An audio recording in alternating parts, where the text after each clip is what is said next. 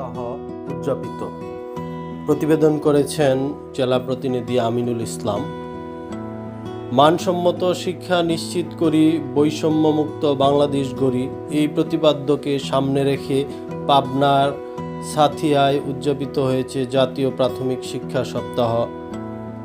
শনিবার 10ই মে উপজেলা পরিষদ চত্বরে জাতীয় পতাকা উত্তোলনের মধ্য দিয়ে কর্মসূচি শুরু করা হয়। পরে উপজেলা স্বাস্থ্য কমপ্লেক্স মিলনায়তনে আলোচনার সভা অনুষ্ঠিত হয়। এতে উপস্থিত ছিলেন জেলার বিভিন্ন সরকারি কর্মকর্তা, কর্মচারীবৃন্দ ও সমাজের বিশিষ্ট ব্যক্তিবর্গ।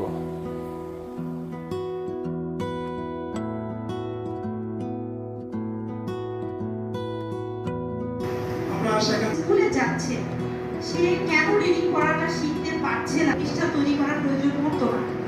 আর আমাদের